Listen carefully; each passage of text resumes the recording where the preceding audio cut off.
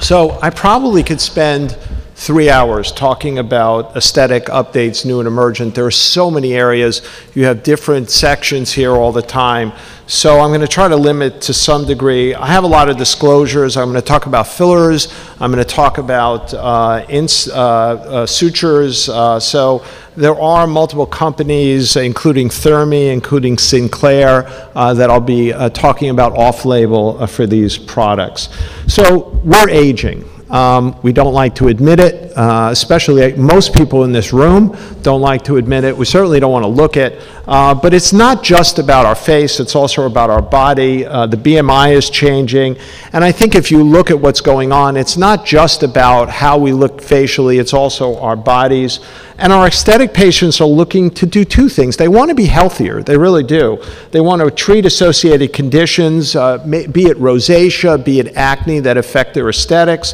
And they want to do this effectively, minimally invasively. They want to turn back the clock, tone and tighten, and they really want to do this, believe it or not, with no downtime, minimal cost, and that's, I guess, the way it looks. So new emergent key concepts, we'll talk about beauty, face and body. Minimally invasive facial rejuvenation is really what I'll talk about because I don't have that much time.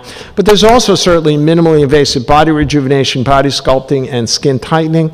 And I think what we're going to see more and more in dermatology is anti-aging medicine aspects. Certainly we should talk about a healthy lifestyle, hormone replacement, Dr. Abalon talked about, and there's actually some studies on telomere therapy for the future.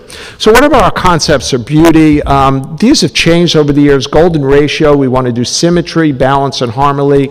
We have aesthetic trends, and it's also about patient preference. So this is the Magnificent 7+2 by Arthur Swift, facial volume, shaping of the face and neck, as well as the specific areas. And the golden ratio, this goes back to Da Vinci. This is our genetic sense of beauty. 1.618 to 1. We want this ratio to give us that sense of beauty. And what happens is this triangular look in the face that we naturally associate with beauty and understand it. And over time, both intrinsically and extrinsically, this changes because of genetics, atrophy, and certainly gravity, lifestyle, sun exposure, especially for the skin, this changes. And this changes as 3D. We get fat loss, which manifests as hollows, increased nasolabial folds, and certainly what we deal with all the time is photoaging. But this is accentuated also with bony changes that accentuate this fat loss. And this is a good picture that shows these bony changes over time and the fat changes and how that shows in terms of what we see with advancing age, especially the descending of the mid-face fat pads and the jowliness that we see. And this is a wonderful thing. Steve Mandy gave this to me about Rita Hayward, and you could see the changes and the dimensions of the face over time and the squaring that occurs in an absolutely beautiful woman who's still beautiful over time, but this change takes place. So what we see on the outside of the aging face, whether it's worry lines, frown lines, preauricular lines, or certainly this jowliness and the cheek, all occurs because of the anatomy that occurs underneath with this temporal atrophy, with the submandibular hollow, because of the descension of the medial fat pad over time and changes to the skin. And this is not only the skin, but the fat and connective tissue as well. And knowing this anatomy is very important. So what are our goals? Our goals is three-dimensional. We want to do skin changes, color and texture. We want to control the hyperkinetic movement in areas and at times, improve photo damage, and we have a lot of we can do as dermatologists here, separate from facelifts, and certainly the trend is to go with the greatest aesthetic impact with minimal downtime and minimal scarring, and that's really where dermatology has shined. Minimally invasive procedures, dermatologists have been on the forefront.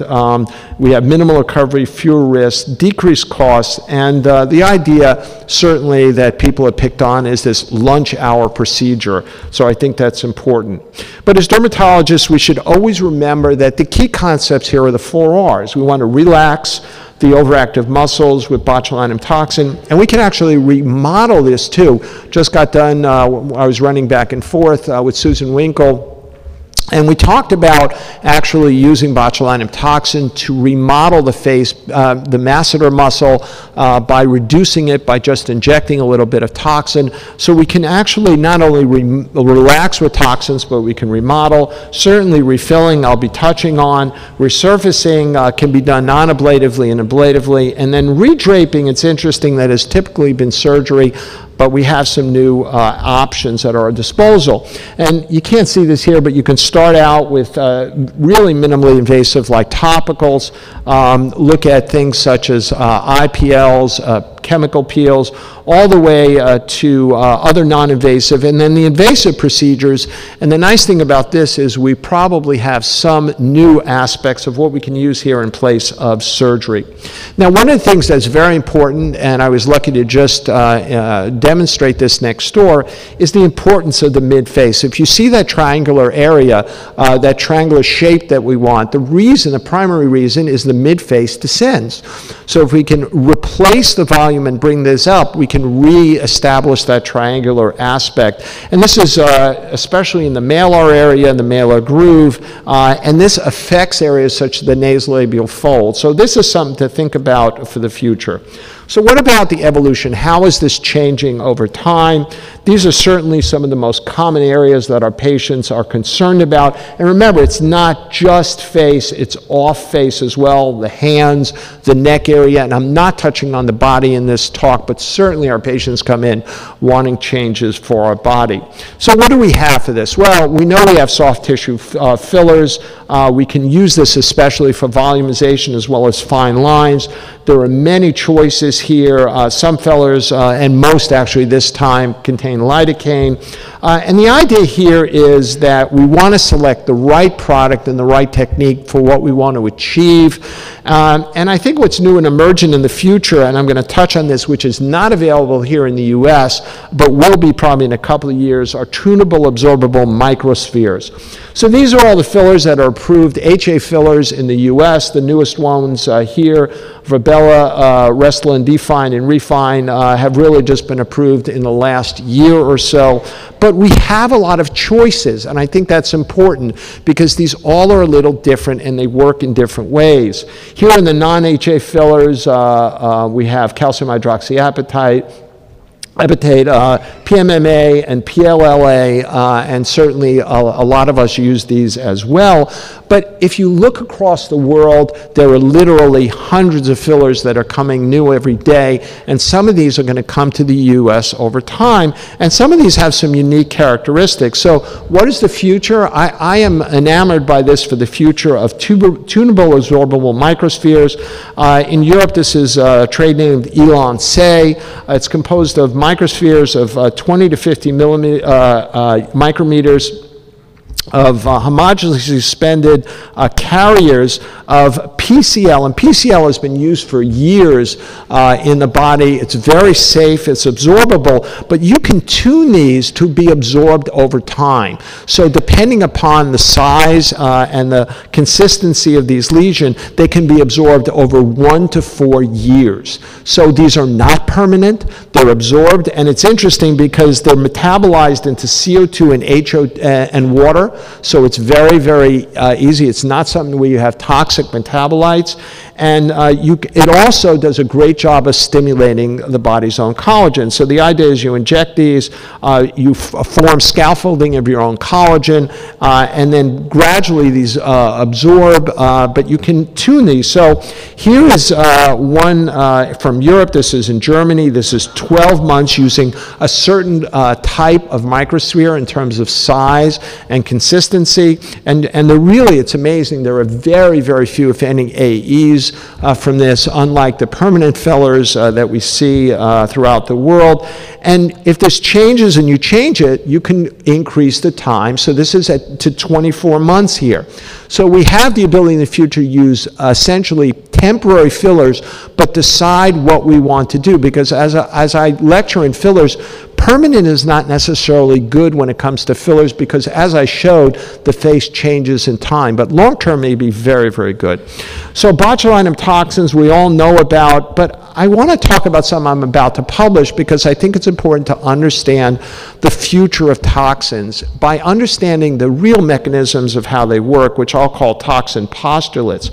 They all work the same. Okay, this is important. 150 kilodalton molecules all work. This is the active unit via bonding to the SNAP25 protein, preventing acetylcholine receptors. Functionally, it recovers by recovery of the terminals. And what's interesting is this 150 kilodalton dissociates in the syringe and in the body. So really, it doesn't matter whether you have accessory proteins or not. This is really dissociated, and this seems to do the work.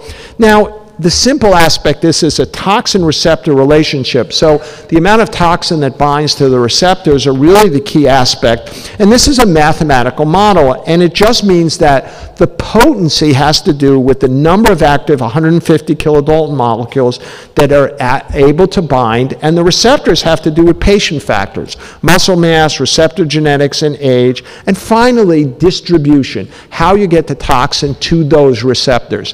This works for any toxin. This is the science behind it. So efficacy, onset, and duration are all functions of this mathematical model. Efficacy is the percentage and degree of neuromuscular junctions affected, the saturation of those, and it's proportional to the clinical effects. So one of the things that's important, you cannot get longevity without getting it frozen look. If I want a natural look and movement, it doesn't last as long. You use less toxin. That is a given. Don't let anybody say, I have long-term effects and I have just a little bit of a movement that is associated with it. You need frozen to get long-term. Onset is proportional also to the degree of efficacy, and duration is proportional to efficacy as well as time to recover, and that probably has to do with genetics. Molecular potency is difficult to objectively quantify. So the unit of measurements are proprietary from one to the other, and they really are measured by LD50s, which means you inject it in a rabbit or a mouse, etc., and half of those mice that die, that's how they do it. And it's there is no molecular mechanism of testing this. Each manufacturer has a different proprietary method. So you really can't compare these very well, and different studies compare. We published on a frontalis model, half and half, which actually measures this a lot better. But the increased potency up to a point will decrease time of onset and increase duration. So if you use more, you get more efficacy over time. However, if you use too much, you can get more AEs, you can get more lid ptosis, etc. And this is this proportionality of it. And new commercial toxins are going to come in the future that are a little bit more potent. And this actually occurs right now. There is a potency difference that we published between at 2.5 to 1 between Dysport and Botox, for instance. Dysport's a little bit more potent. It doesn't mean it's a better toxin. It's just more potent. And all the toxins work the same. That's what I want to tell you. Toxin diffusion, you've heard this for years. It's a misnomer. Toxin spread has to do with how we inject, and I'll talk about that in a second. And it is not directly linked to potency, but influence of injection.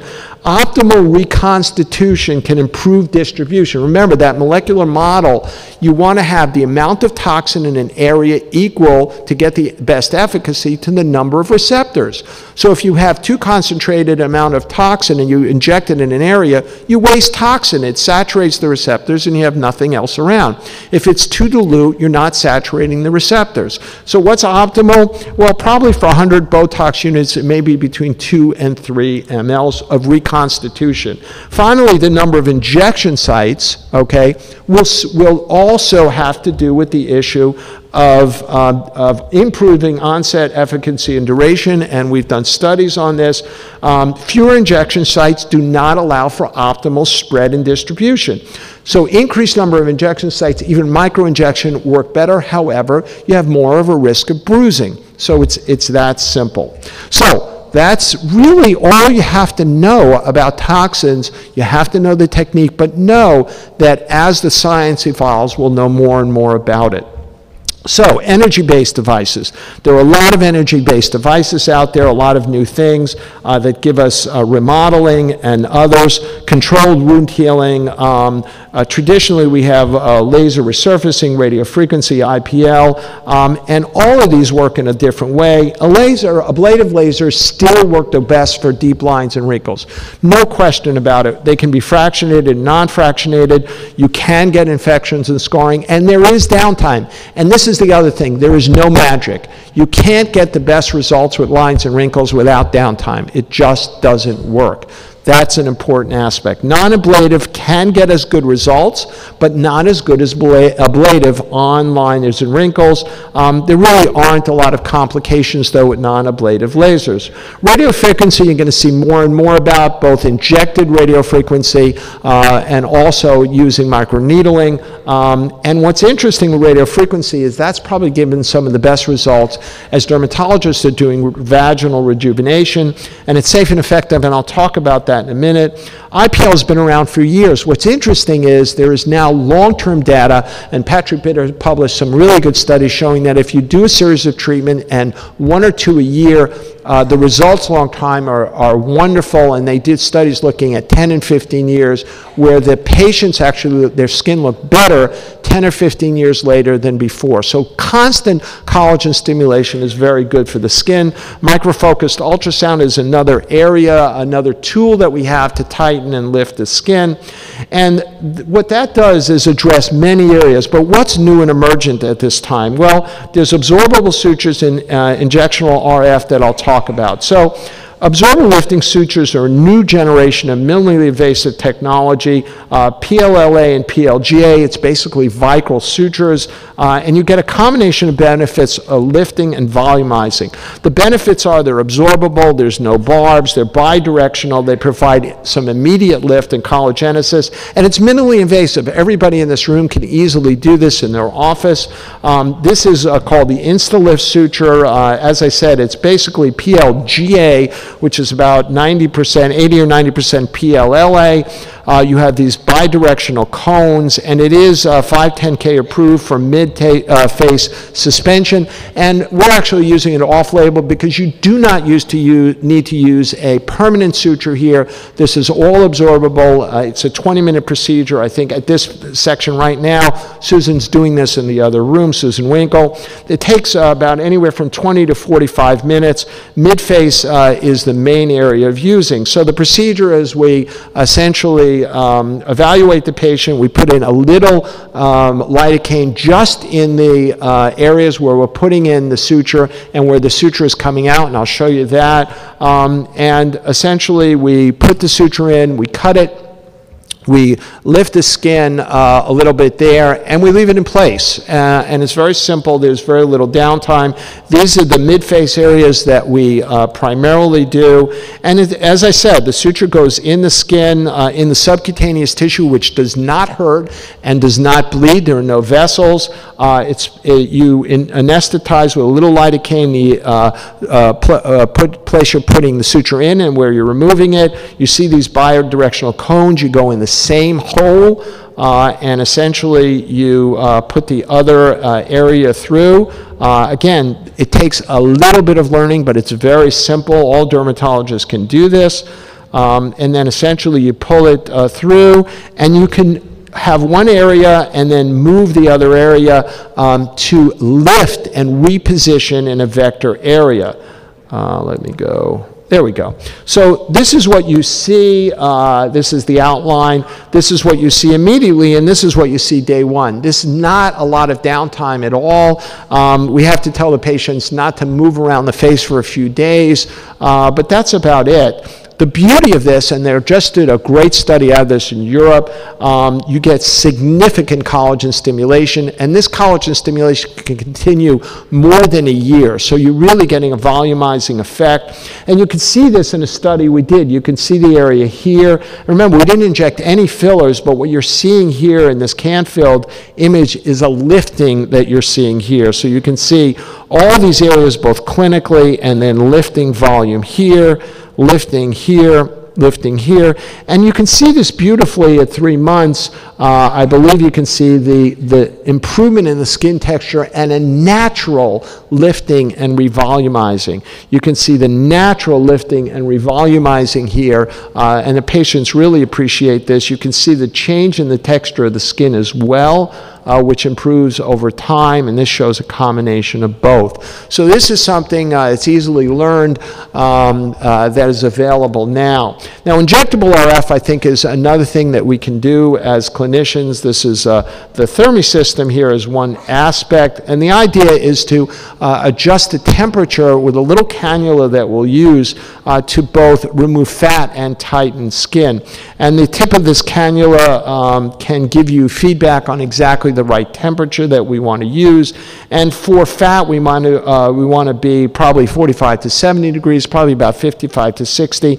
And for skin tightening, we want the skin to be about 47 degrees. And indeed, studies have shown that you can tighten the skin significantly by placing this under the skin and moving it, and build significant collagen as well. And this is the procedure. You put in a little bit of anesthesia here, just inject. This is done in the office without a problem. You just use a little topical cleansing agent. You set the temperature, and this is not liposuction, so you're not removing any of the fat, so you don't need to change your malpractice insurance. For liposuction, you use a slow procedure. There's a camera system that allows you to get feedback of exactly the right temperature of the skin that you want to have. You do a slow, gentle motion to tighten the skin as well as to remove fat. And it takes, for the submental area, about 20 minutes. It's a single procedure. They get a little bit of swelling for a few days, mostly from the anesthesia. From the lidocaine, you use a little bit of tumescent fluid there, about 50 cc's. This is the kit that you have. Let me go to the next one. And these are some of the results you can get. Very, very wonderful with a single treatment. Very simple to do in your office. And this really allows for some very significant and very dramatic. You can certainly do this off the face as well. I just wanted to touch that area for the body. So I tried to touch on some of the areas of new and emergent therapies in aesthetic. What I didn't touch on is some of the incredible body sculpting systems that are out there and techniques. But because the population is aging, they want to be healthy and they want to look better. And I think as dermatologists, we see patients every day for their skin disease. All these patients are looking to us for aesthetics. We need to understand and address key concepts of beauty and combine the knowledge of fillers, toxins, and energy-based devices. That's important. I think emergent advances are the absorbable lifting sutures. Instalift is the example I get, injectable RF, and the future will be innovations in fillers such as tunable absorbable microspheres. So I thank you very much for your attention. I thank you for your attention for the session. I can answer any questions that you might have, and have a wonderful rest of conference. Thank you.